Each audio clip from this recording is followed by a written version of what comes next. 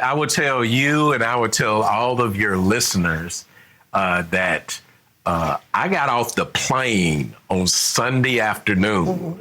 And when I got into my hotel room, I get a ding. And it's a message from you saying, hey, I would like to interview you. You seem like an interesting person. Exactly.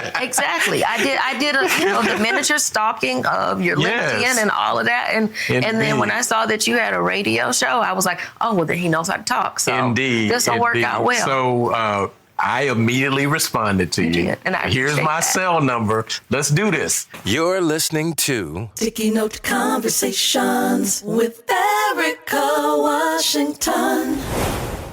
Way below acceptable. Way below acceptable. On this week's episode.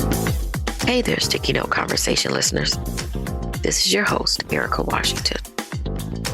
And today's episode is, I think, an actual first, where I talked to someone that I had just met. Way below acceptable. So recently I was at a conference, and sight unseen, I read the bio of today's guest, Kwami Abdul-Bey. And I knew instantly that he would be a perfect first guest to have on Sticky Notes on the Fly. Now, mind you, last week was the inaugural Sticky Notes on the Fly with my good friend Derek, but this was the actual first interview that we did. And when I decided that we would try a video version of Sticky Notes, this is exactly what I wanted. Wherever I am, whatever conference or meeting I'm at, being able to pull people aside and say, hey, let's have a conversation. And so that's what happened today. So a little bit about Kwame. He's a recently divorced single father of Kalani and Lauren, a disabled Air Force veteran, and a radio talk show host. He is also a self-published author of The Tables Have Turned, a street guide to guerrilla lawfare. He's also an adjunct university lecturer. And Kwame has worked as the election coordinator and organizer of the Arkansas Public Policy Panel. And that's been since 2022. There, he has managed several direct democracy campaigns while being a strong advocate for civic engagement, particularly among young people. Additionally, he leads two nonprofits, the Ouachita Foothills Youth Media Arts and Literacy Collective and Arkansas Peace and Justice Memorial Movement, while also volunteering as a member of Arkansas AARP Livable Communities team. He is also on the Board of Trustees for the Arkansas Historical Association, the Board of Directors for the Arkansas chapter of National Lawyers Guild, the UAMS Center for Research, Health, and Social Justice External Advisory Board, and the National Institute on Minority Health and Health Disparities Community Engagement Working Group. And in 2024, Kwame was nominated to serve as the State Political Action Committee Chair of the NAACP Arkansas State Conference. I really hope you enjoyed this conversation as much as we did. And once again, thanks for listening. Welcome to Sticky Note Conversations on the Fly. How are you? Thank you. I am wonderful. I am glad that you jumped in my inbox as I landed here. In Las Vegas. Trying to figure out how to find really interesting people. Like, I run into interesting people all the time, but sometimes I do have to actually go out and search for them. And so you popped up. So I'm interesting? Yeah. Whoa. Look, well, what's also great because, it's the opposite for me. My last name starts with W, so I'm always at the end of everything. Uh-huh. But with your name, Kwami Abdul-Bey, you were at the top of of the app. So you were the first person. Mm-hmm. And I was like, oh, well, who is he? Because I've never seen him before. So then I went down a miniature rabbit hole doing some research on you. And I saw you have a radio talk show. And, you ran for office in Arkansas. Yes, so there will be plenty of things to talk about. But I actually have a really important question I got to ask you first. Okay. Arkansas or Arkansas?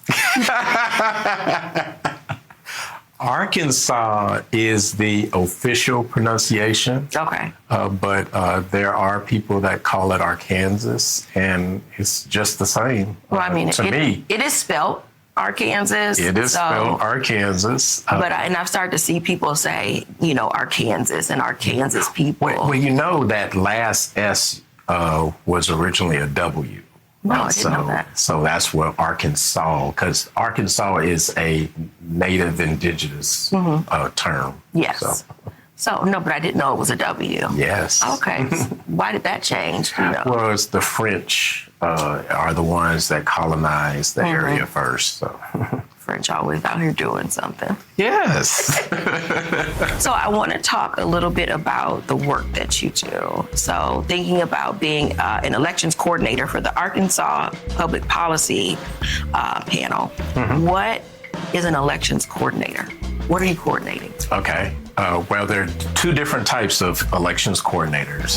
There are 75 county election coordinators in Arkansas, and those 75 election coordinators, they are responsible for making sure all elections in each county run smoothly. I'm an elections coordinator for a nonprofit organization, the Arkansas Public Policy Panel. And basically what I do is make sure those 75 people are I'm their watchdog, basically. Okay. And I make sure that they're doing their jobs. And at the same time, I travel around the state, all 75 counties, making sure that Arkansans have the knowledge that they need to properly be civically engaged and let them know that it's not just about election day every 2 or 4 years. That's the beginning of the process, but the process is a 365-day-a-year marathon.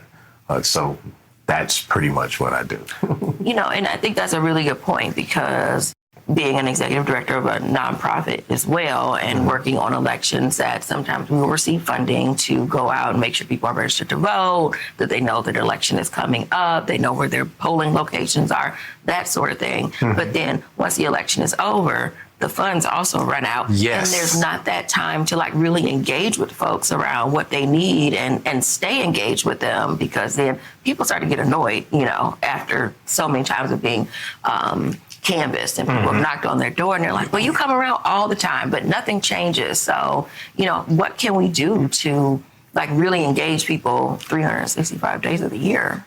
Well, first and foremost, it's about education. And then once they're educated, then training people on the way that they need to act.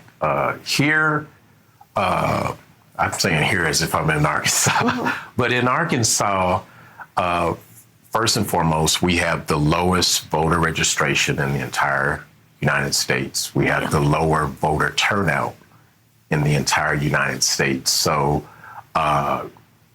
we have a lot of disengagement, but the disengagement is from the people who are in the political process.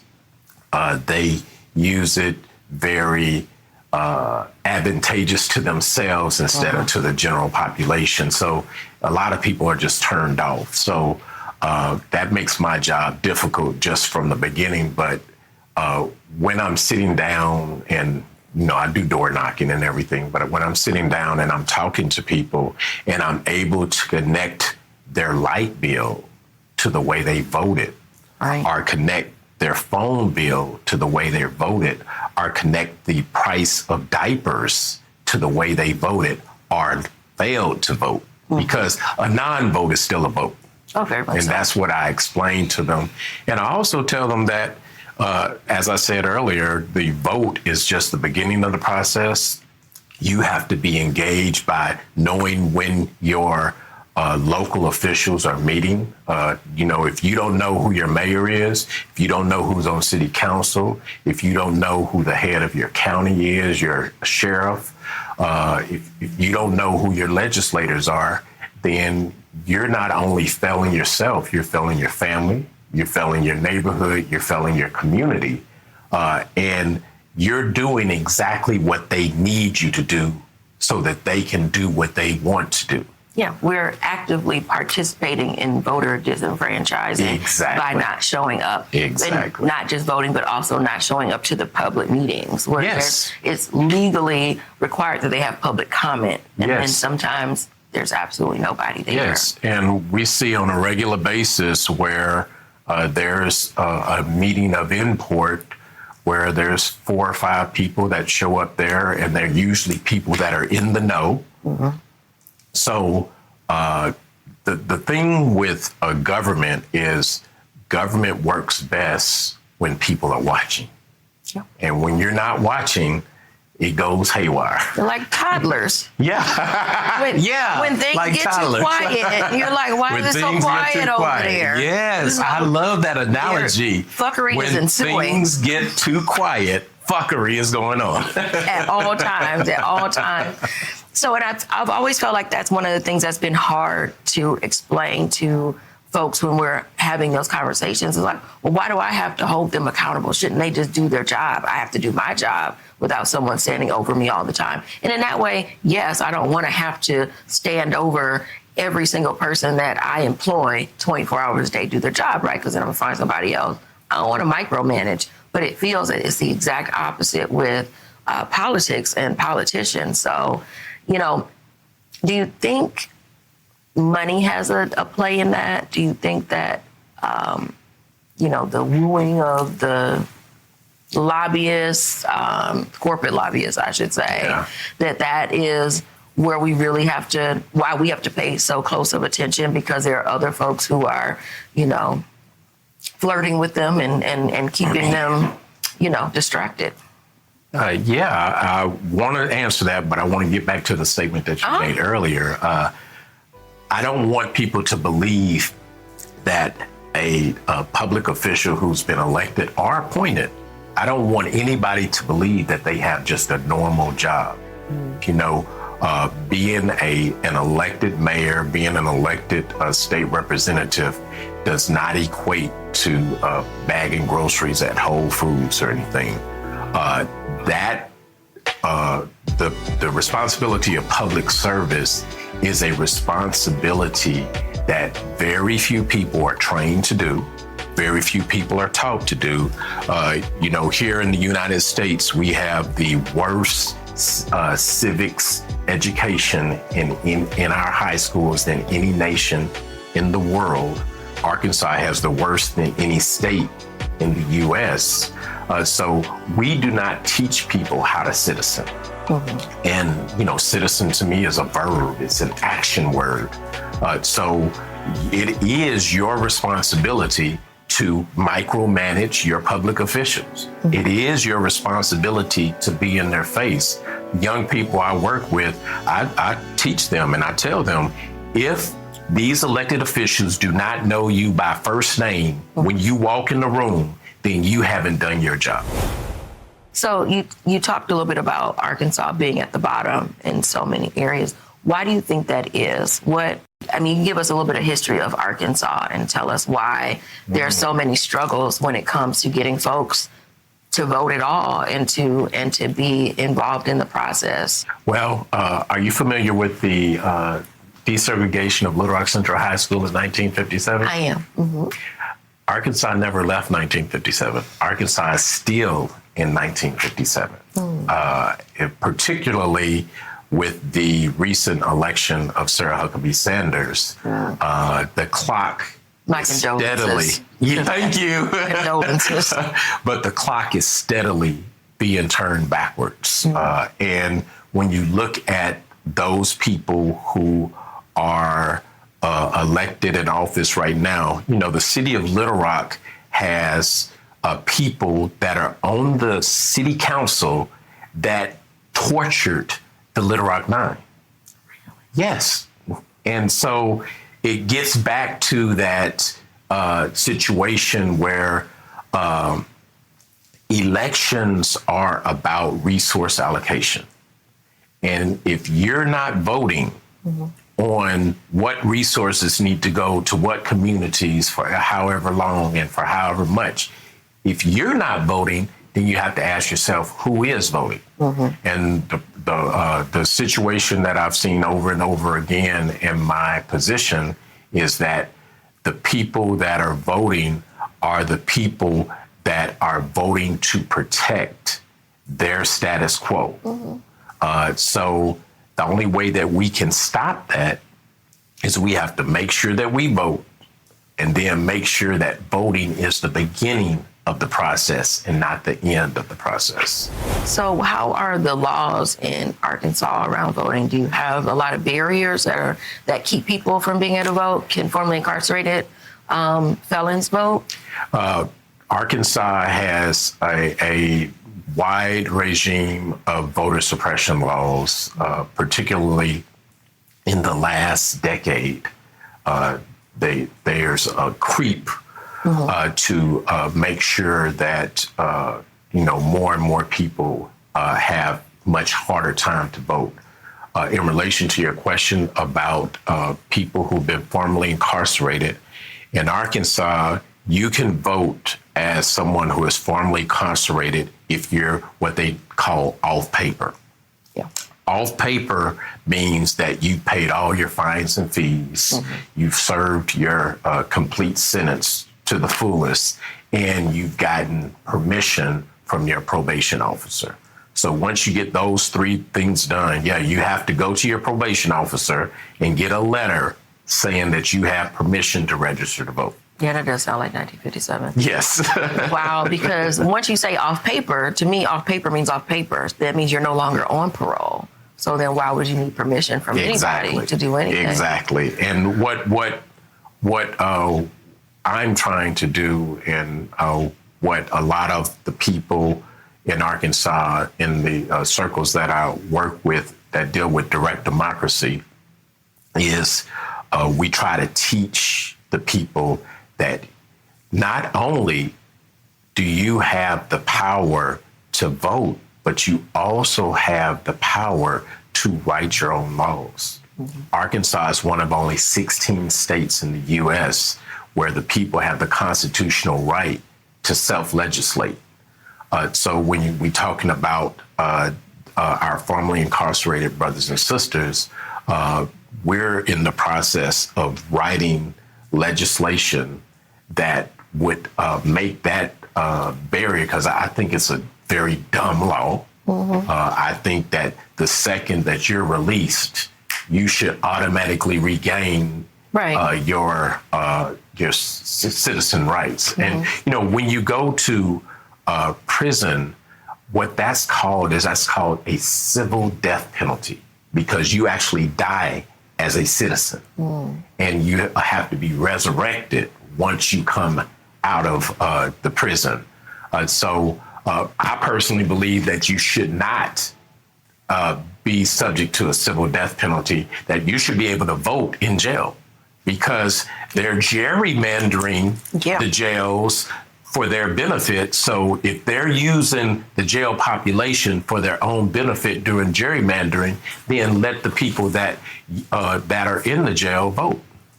So, I don't believe you should lose your voting rights no matter what. No, and I really love how you said that civil death penalty, because I've always struggled with the idea that you go into prison that people are no longer citizens.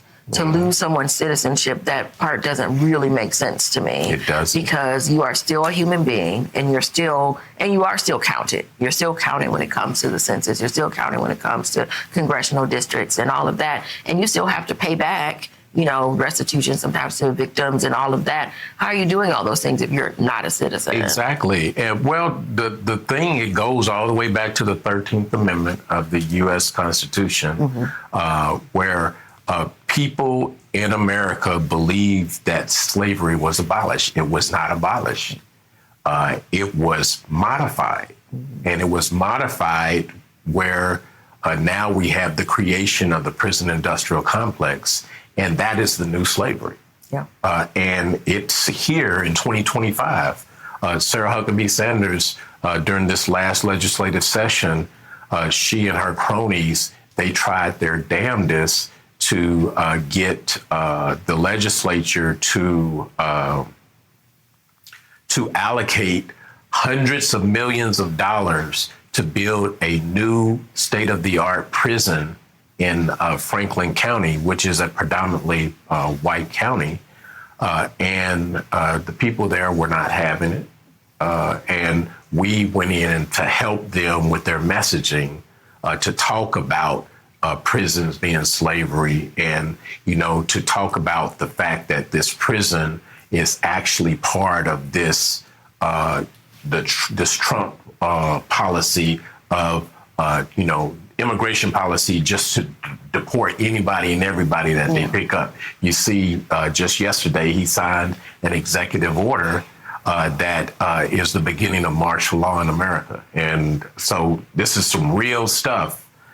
And they're able to keep slavery alive through the prison industrial complex just as long as we, as the citizens, say nothing and do nothing. Yeah. Well, you may not know, or you might know that this past election cycle, that Nevada actually was able to get that that piece of language out of our state constitution. Yes. So it's no longer. Thank you for that. Yeah, Thank you, because you're one of only a dozen states that have successfully pulled that off. Yeah, and it passed pretty much a landslide, which was great to hear. But I also wondered, like, what is next? So obviously, we want to make sure that all of the states do that. I know Louisiana's had it on their ballot, and it did not pass as a ballot measure. And California didn't pass it either, actually, which, you know, people talk about California as being so liberal, but yet they did not pass, you know, the exception clause. California is not liberal. Right. So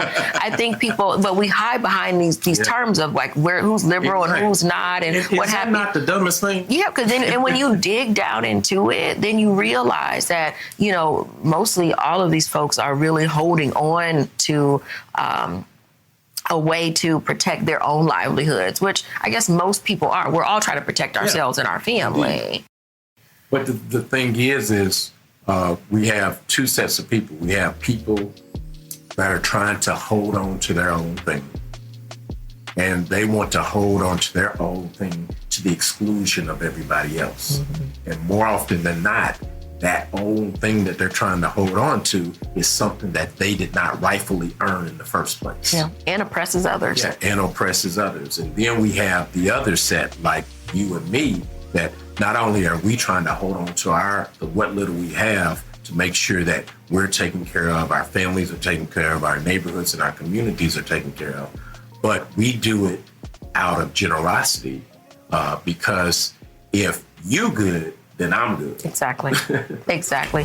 Well, and something that I always say is that when we think about voting, you know, for a long time we say, you know, our voice, our vote, you know, is personal or what have you.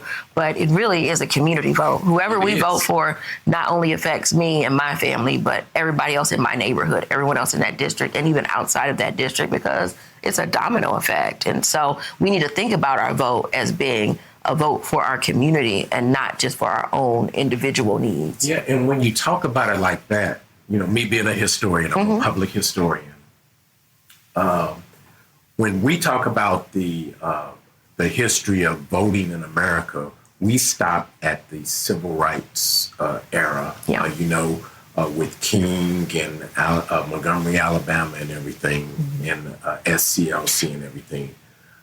But if we took the time to actually do the research, we would find out the two most dangerous men in America when it comes to electoral justice were Marcus Garvey and Noble Drew Ali. Mm. Those two brothers, they had millions of people that were members of their organizations, and Noble Drew Ali in Chicago and Marcus Garvey in New York would tell the members of their organizations, this is who we're voting for. Mm-hmm. And with that power, then the politicians would have to come to Noble Drew Ali and to Marcus Garvey and say, hey, what can we do to get your people's vote? So the most powerful thing that we could do is vote as a block, in unity, because that gives us back those the access to the power to negotiate those resources that we need for ourselves and our community.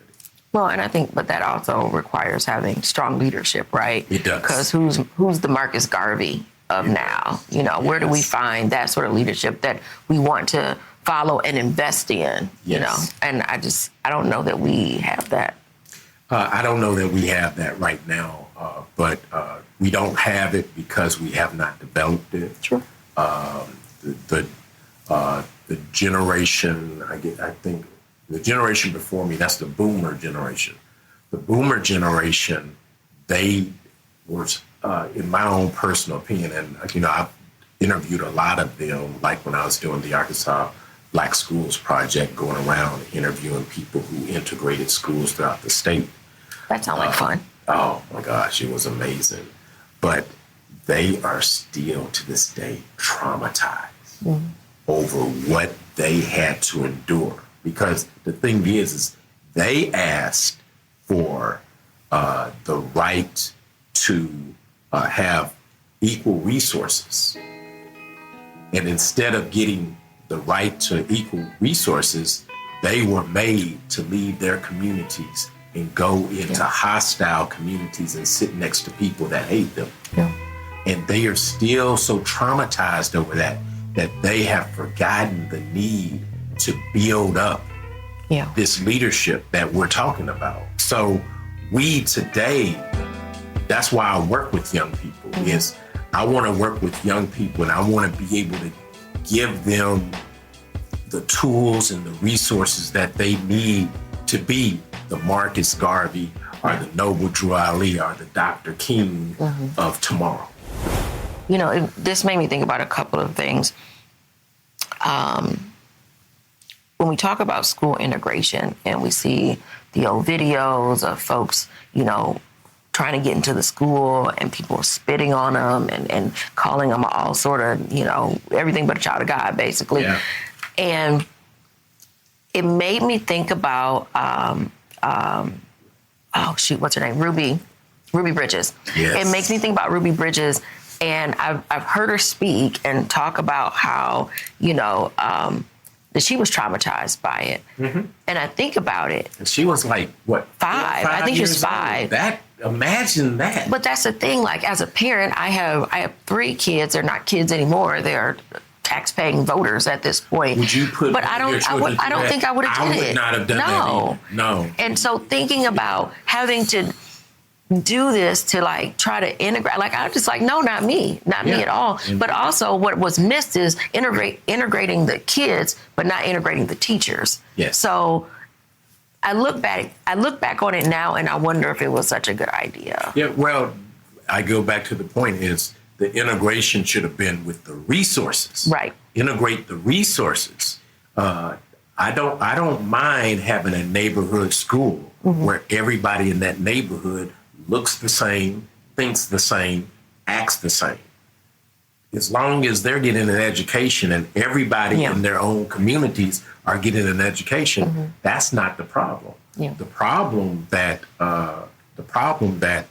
I interpret that happened is that integration was a way to basically kill off the power of the Black community.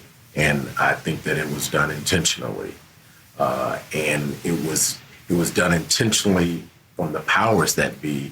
And at the same time, those in the Black community that embraced it did not understand what they were doing. One else was going to ask you, what do you think that Dr. King and the advisors around him, because Dr. King had a lot of folks who were guiding him on things to do as well. And so thinking about those folks when they decided to, this is what we should do, NAACP, what have you, they were pushing towards this goal. I don't know. I don't want to think there was anything nefarious there, that there might have been people inside who were this will benefit some of us, but not all of us. No, you just said that. I'm that probably was the case. There was some of that going on. But again, being a historian, I realized that Dr. King died years after the I Have a Dream speech. Yet, what we're taught in school is that's all he did was Right. went to Washington and Yeah. said, I have a dream. But if you listen to his later speeches, particularly the speech that he gave just a week before he was assassinated, he said on, I think it was NBC News, they interviewed him, and they never aired that interview, but you could see it on YouTube.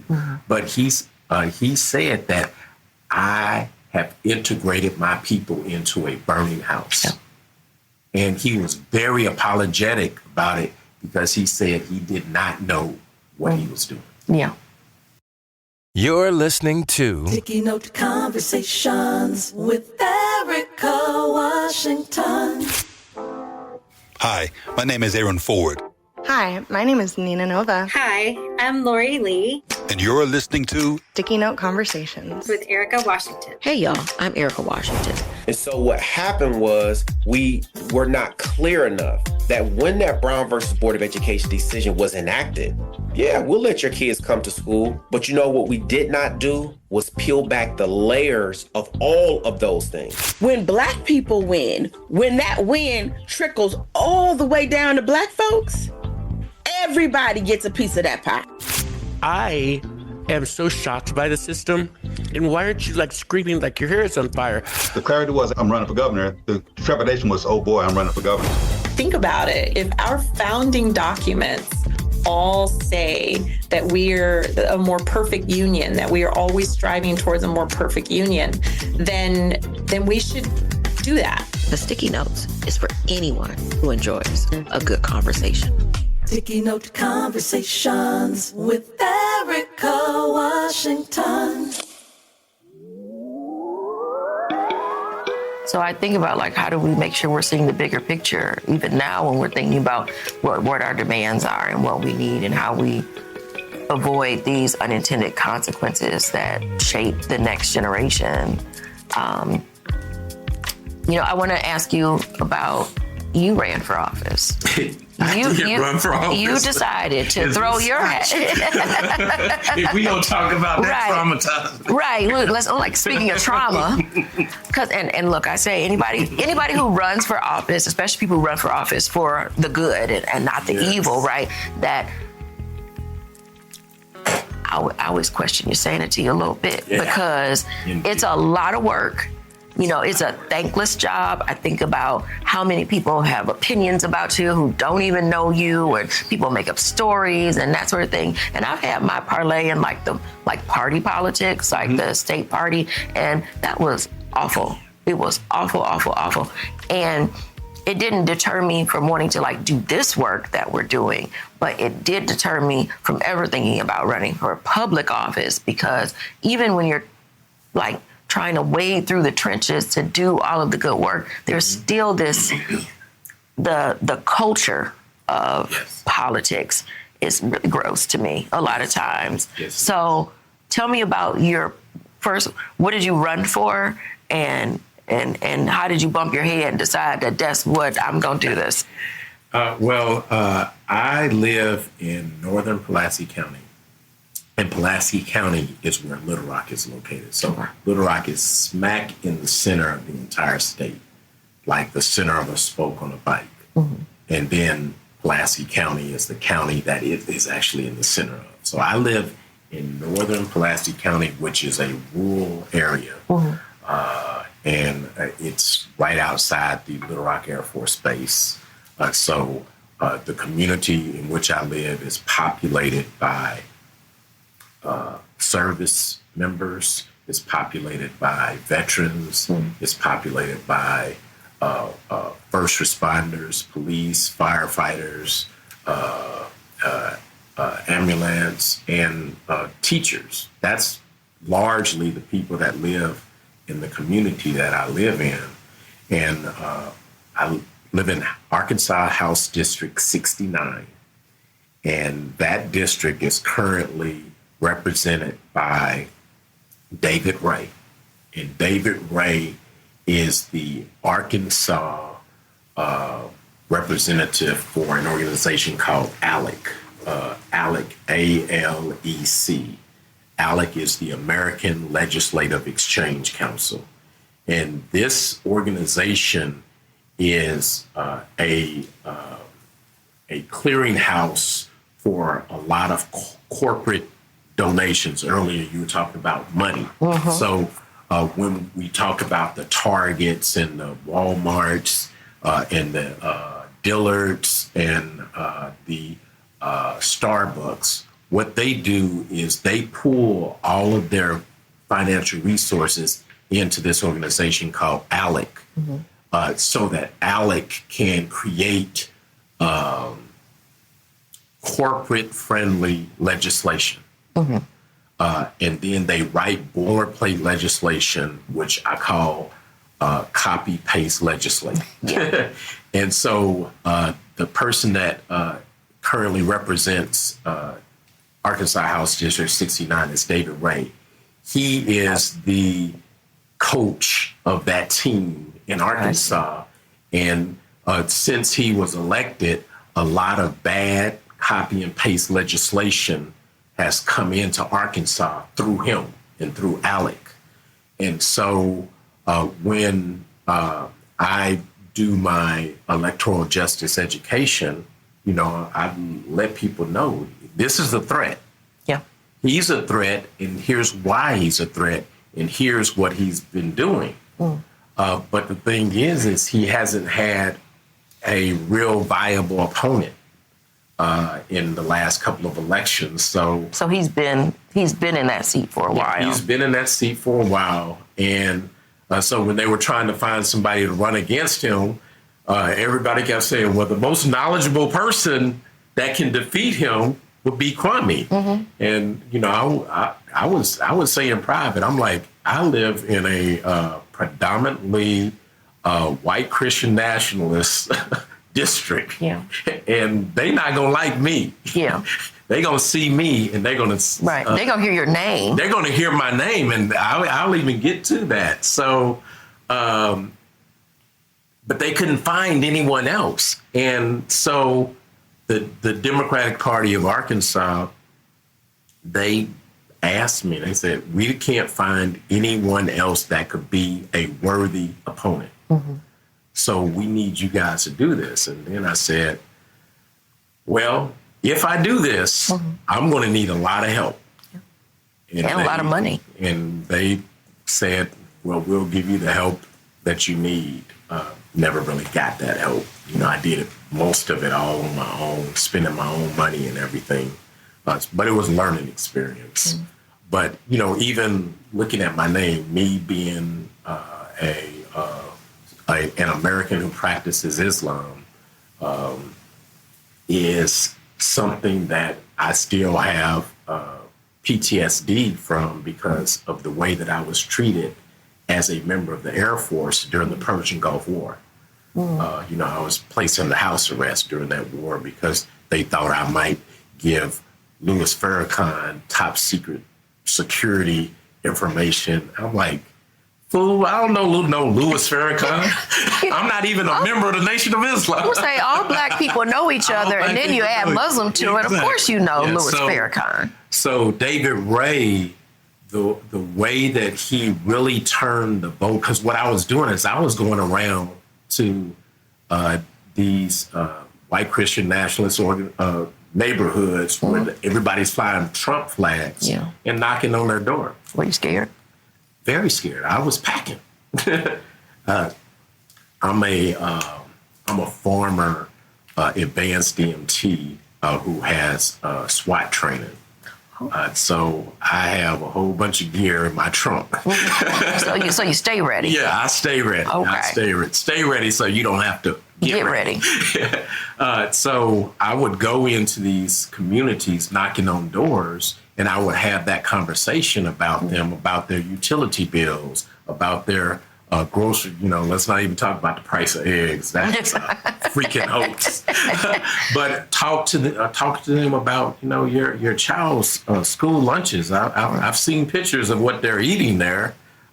We can change this all around. So once I started getting the traction and getting these people to listen to me and to start asking questions of their elected official, who is David Ray, he went on the offensive and a whole bunch of hundreds of thousands of dollars of dark money came into his coffers, and he did this smear campaign where he labeled me as a terrorist. Of course. And he even sent out a mailer to everybody with the World Trade Center and the plane going in the World Trade Center and me in front of it saying that I was a terrorist.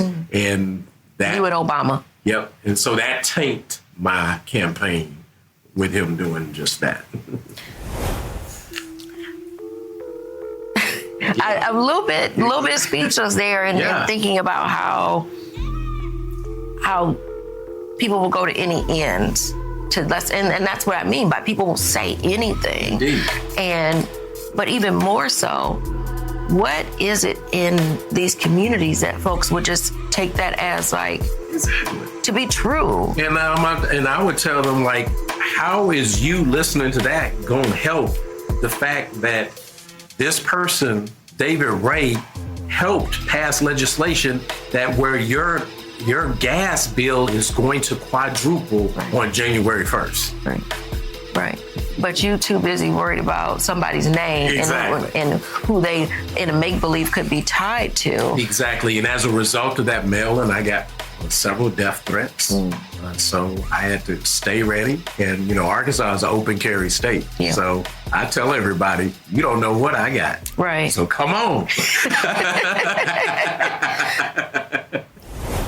What did you learn from that experience? Okay. One thing that I learned from that experience is that politics is really ugly. I heard about it, but to experience it is on a totally different level. It was dehumanizing. It made me fear for the safety of my children and my wife.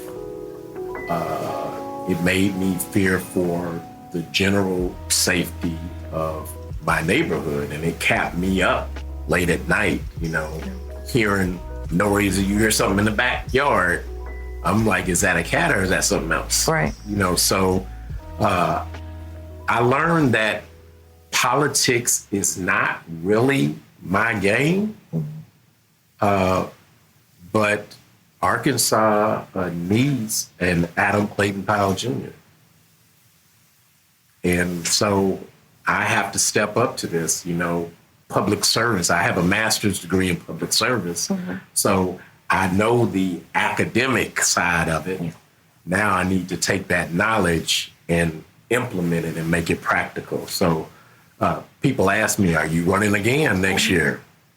And I say, I don't know. I'll let you know once I make that final decision. But more likely than not, I will run again because at least now I have a lot of information that I did not have when I first ran that would make me probably more successful. Yeah, I was going to ask if you were going to do all that all over again. Yeah. Would you do it for the same seat? Because this was a congressional seat. No, it was a state legislative. Okay. So I would do it. I think it would be advantageous for me to do it for the same seat because at least I have name recognition. Yeah. And people know me.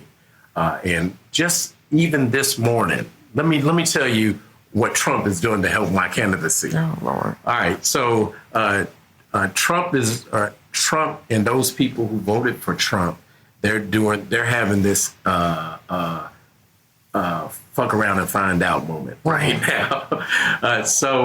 As I stated before, yesterday, Trump issued an executive order that is the epitome for the beginning of martial law. And I had one of the voters that voted against me, and he was on social media talking about me, you know, trying to dox me and everything, putting out all my information on. But he texted me, and he said, he introduced himself, said who he was, admitted to what he did. And I got this text this morning in this hotel. And he said, I saw the news last night about Trump's executive order, and I would like to have lunch with you to discuss how we can fight it together. Wow. And so with that, I'm like, the light that came on. Right, right. You know, and one person leads to two people, leads to 100 people. So I was very encouraged by that text, and I immediately texted them back. I told them I'll be back in town next week, and let's sit down and talk. Well, I think that'll be an interesting conversation. Yeah, especially since you threatened to kill me.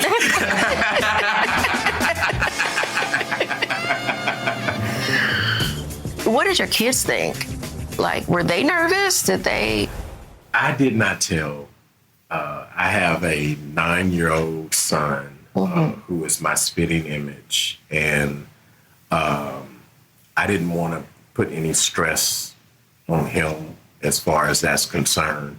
He was on the campaign trail with me, knocking on doors with me. But when this stuff started going down, I would tell him, no, you can't go with me. You know, stay with your mother and everything. So I didn't tell him. My wife knew, and it really strained our relationship. We're actually in the process of a divorce right now because of that. It really, fucked with her. Yeah, I mean, it's a heavy, situation to be in, to feel like you always got to keep your head on a swivel in some way, especially when you have folks out there who obviously can believe something just because somebody else said it. Yeah. So tell me something you love about Arkansas. Arkansas is the natural state. That's one of the mottos. It's the natural state, and it is so beautiful. Arkansas has a desert. Arkansas has forests. Arkansas has waterfalls, some of the most beautifulest waterfalls in America. It has just an abundance of natural beauty. And, I was talking about my soon-to-be ex-wife. That's one thing that we mutually love about Arkansas is the beauty. And we've always said, what can we do to translate that natural beauty into civic beauty? And so that's what we're trying to figure out. So I love the natural beauty about Arkansas. I also love the idea of living in a place where you like living in Mayberry. Everybody knows everybody. I happen to have grown up when Bill Clinton was the governor. And I know Bill Clinton personally. He knows me. He knows my family.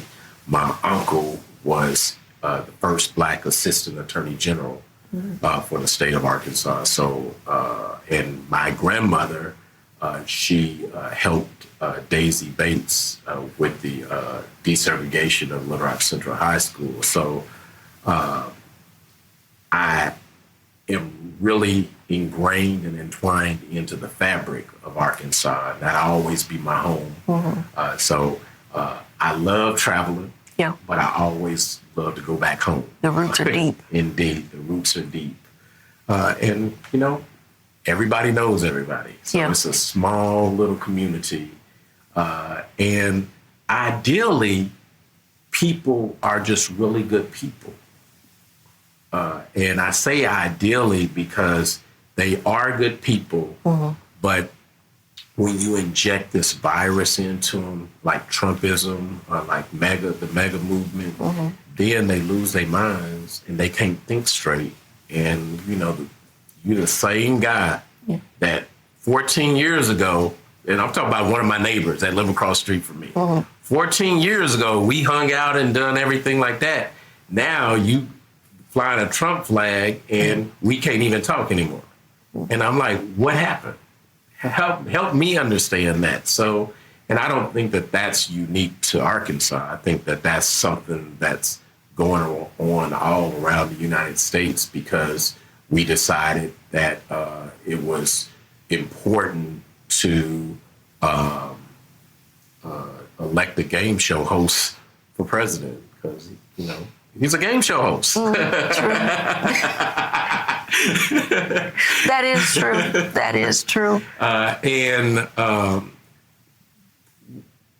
think one of the biggest problems that we have both in Arkansas and in the United States, I told you we're still in 1957, is that we have some unresolved issues dealing with otherism, particularly when it deals with the social construct of race. Yeah. And a lack of education has let stuff like that flourish. So when you have someone who tortured and intimidated members of the Little Rock Nine that continues to be reelected to city council, you have to ask yourself, okay, when is this person going to be held accountable for what they did? Yeah. I mean, because this person is still in this elected position that this person has been in for over 4 decades. This person is still advocating for policies that are disadvantageous to people that look like you and me. Yeah. But still, again, Arkansas is a very naturally beautiful place. So you have 2 nonprofits that you are tied to. Yes. Talk a little bit about the nonprofit work and why you enjoy it so much and why it takes up so much of your time. Yeah.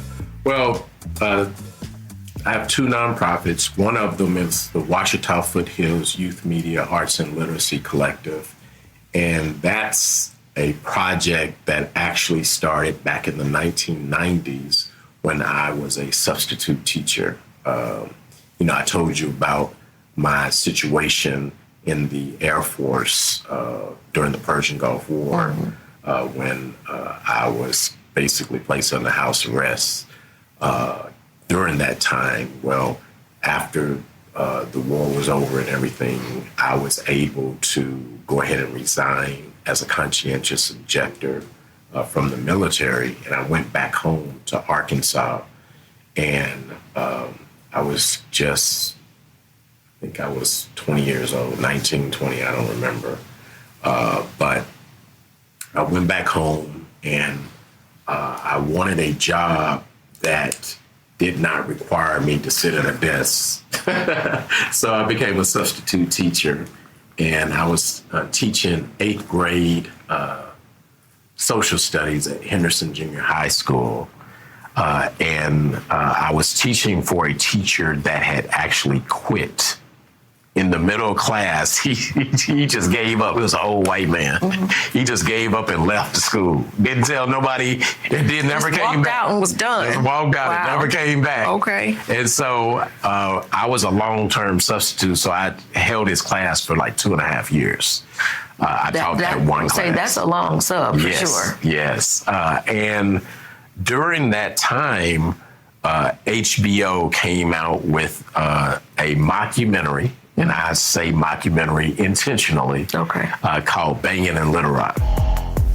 And Bangin' in Little Rock was their fictional depiction of Little Rock being this gang-infested city where crime was just rampant and gang violence was rampant.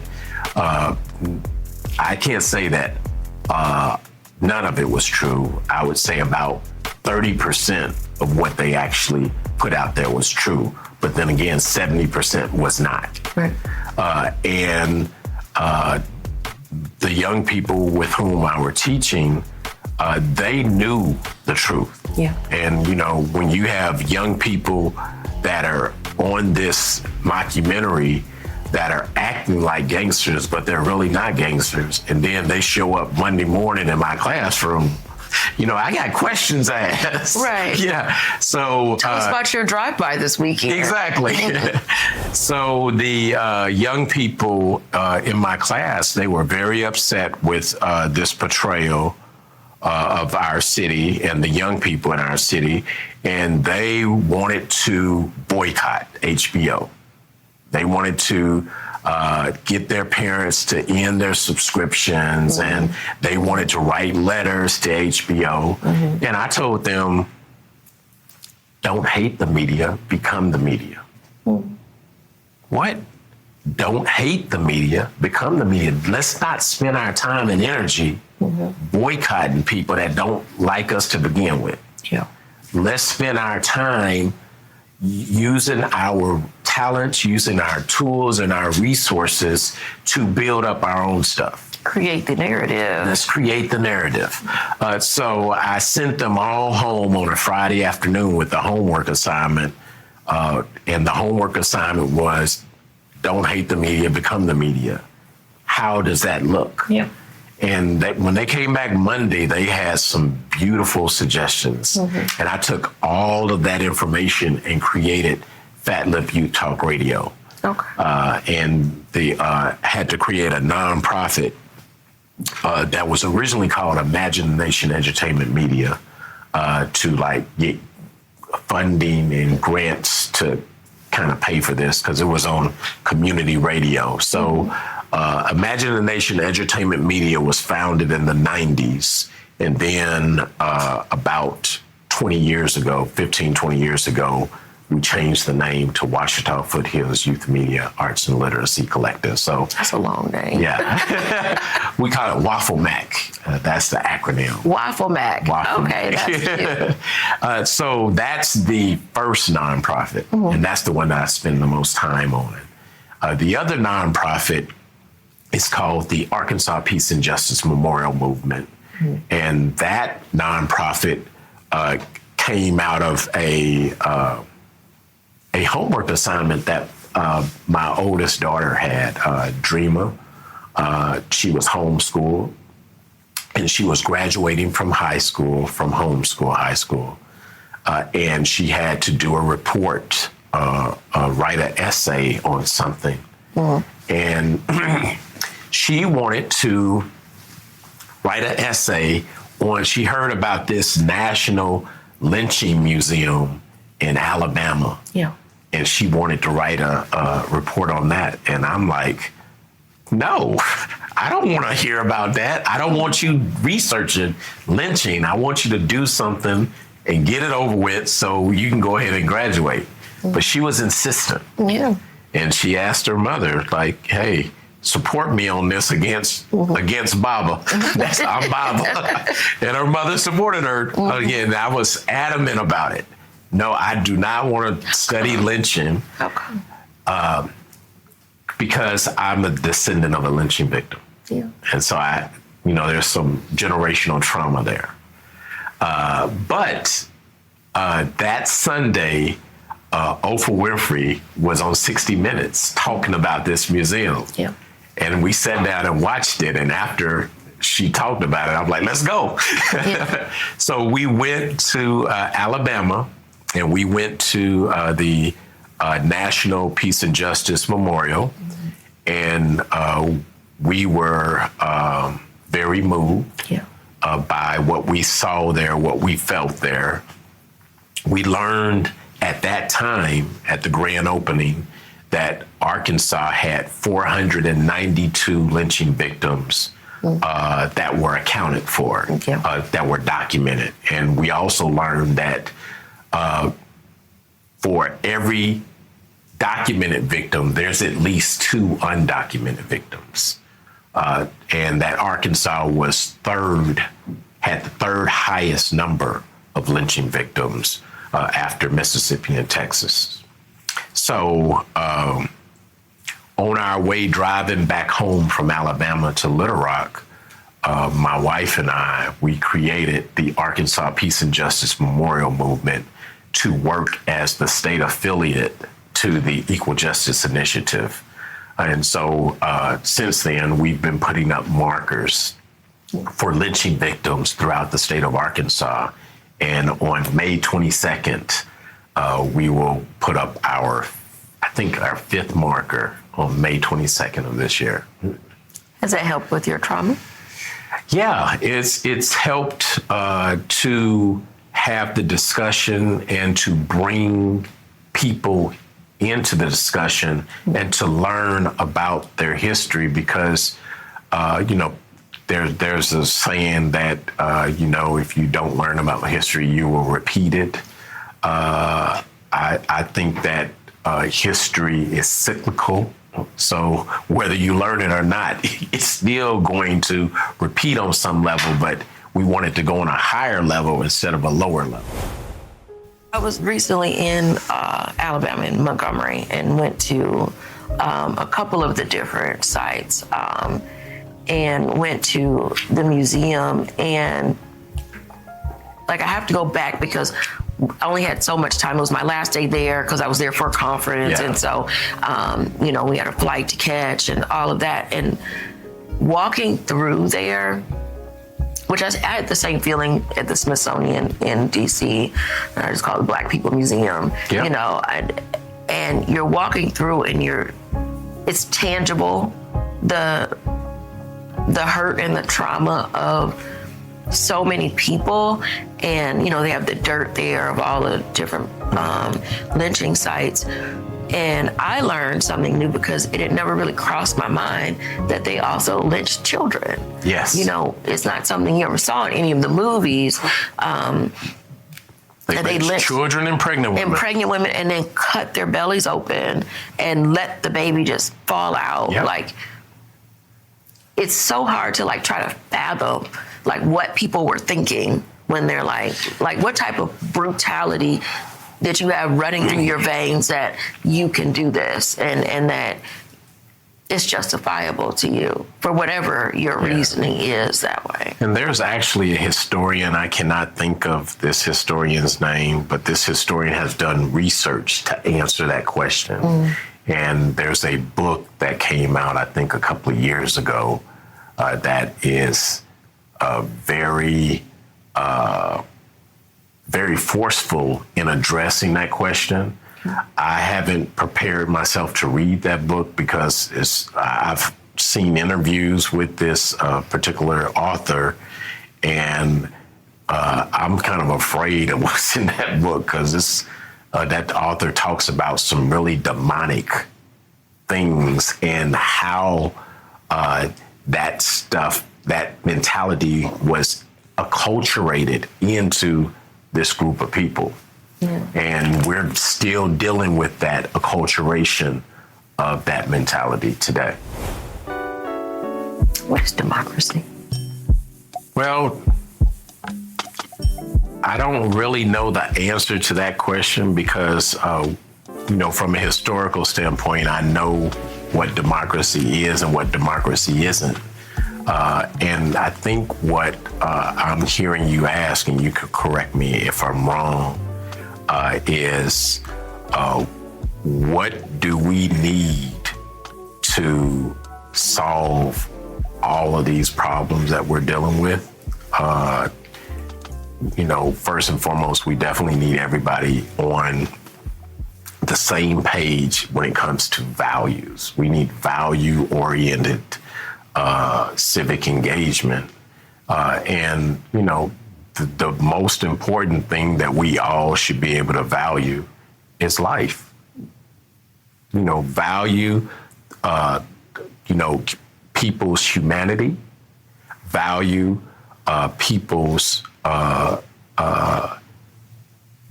desire to live a fulfilling life that is as meaningful as it can be, and also with as less trauma and as less scarcity as possible. I mean, you know, if you look at a lot of these religions and their scriptures, they talk about an abundance. So I think when you ask me what is democracy, I think it is living in abundance, and not only abundance for yourself, but abundance for everybody around you, because we're only as strong as our weakest link. And I don't mean to be cliches, but that's actually actual factual. Mm-hmm. And we have to pull everybody up so that we could be on a common level. So if we can agree, you know, the AARP, they have a campaign, and I'm a I work with the Arkansas AARP as a volunteer, but they have a campaign called Livable Communities. And in that campaign, it stresses the importance of people from the age of 8 months old to 88 years old, all being able to live together in a community and everybody getting what they need to thrive. So if we can all agree that we're all humans, and if we can all agree that life is a valuable asset, that time is a valuable asset for these humans, and if we can all agree that we will live in abundance instead of scarcity, I think only then we will be able to experience that concept of democracy. I want to find another word for it, like Ubuntu. Ubuntu is actually a better word in my view, but it's where we all are on the same page and we're all respecting each other as humans on this planet. I was going to ask you if you thought we had democracy after this question, but I think I already answered that question. Do we have democracy the way that we understand it? No. The United States is not a democracy, and it has not been a democracy for a long time. Right now, we live in a people are calling it an oligarchy now. But when you say oligarchy means that a few rich people have power. Yeah. It has nothing to do with a few rich individuals. This is corporate. The corporations have all the power. And so basically, we're living in a situation where corporate greed and corporate power will not allow us to have the democracy that we think that we have. You think about corporate greed, it makes me think, my first thought comes to me is capitalism. And so, you know, and I'm a person who thinks that capitalism is a part of the problem because I don't think we're meant to be individualistic, you know, in the way that we move, in the way that we communicate with each other, how we live around each other. Like, we're meant to be communal. Yes. But capitalism, it's very, you know, it's about me. It's about, you know, my come up and what I got to do because I'm going to be an entrepreneur. And people promote entrepreneurship all the time. And everybody should have their own business, but everybody can't have their own business. Exactly. Number one. Number two, they're never talking about having your own business that actually then benefits the entire community. Exactly. Just about how you make some more money. And so we're 100% in agreement in that thought.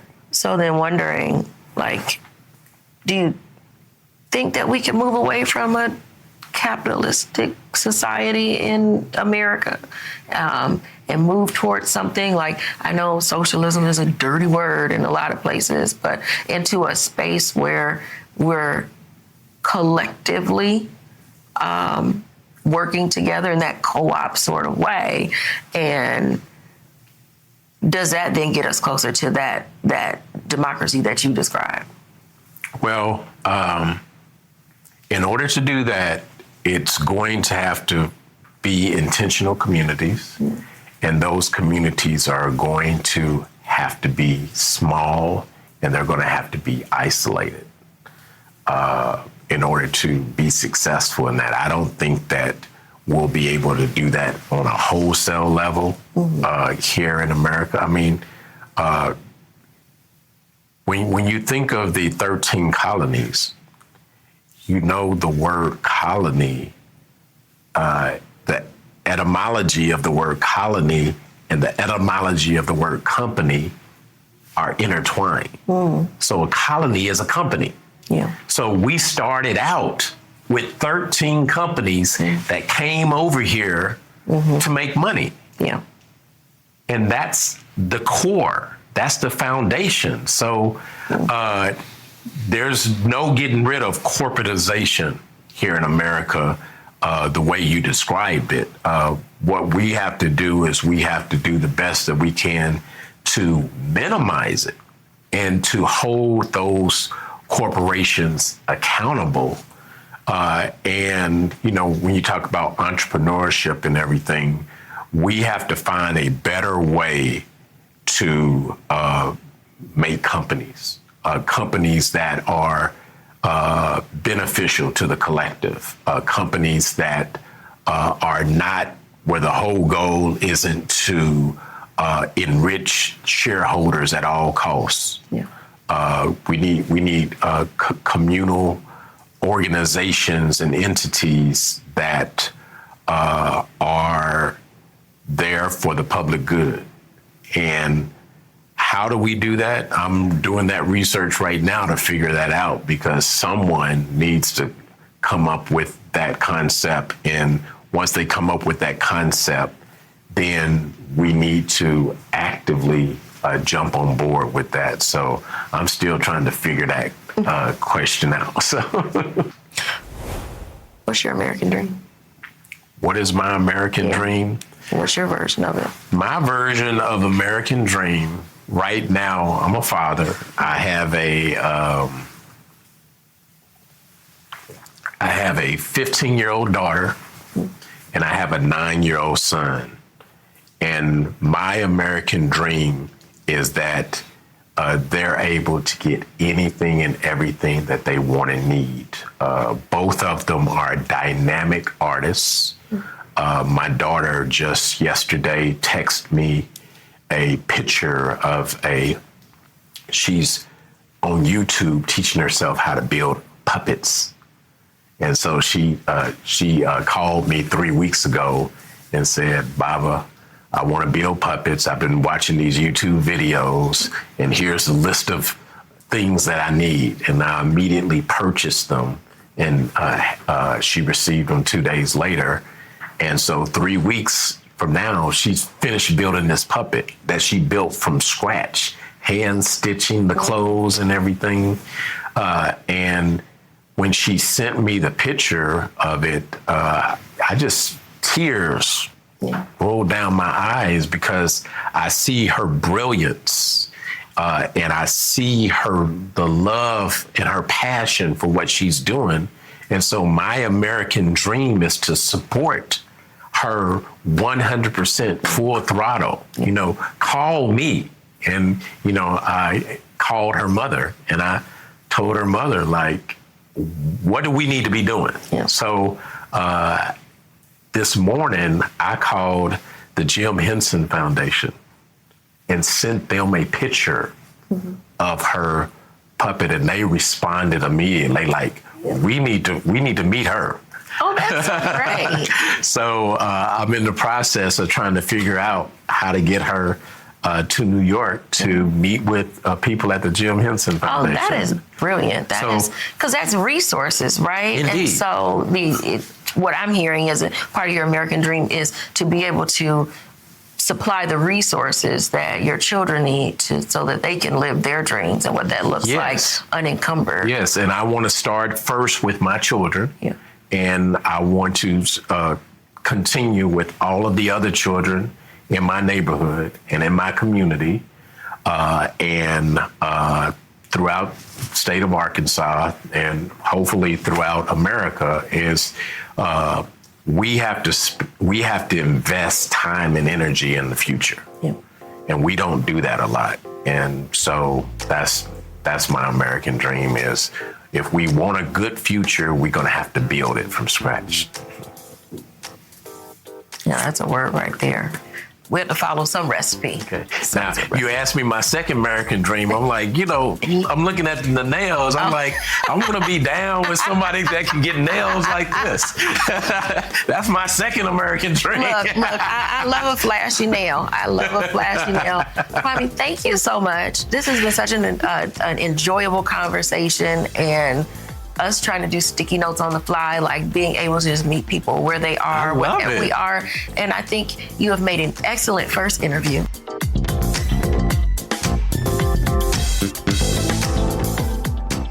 Thanks for listening to Sticky Note Conversations with Erika Washington. Hosted and executively produced by Erika Washington, with editing by Black Gypsy LLC and Simone Endres.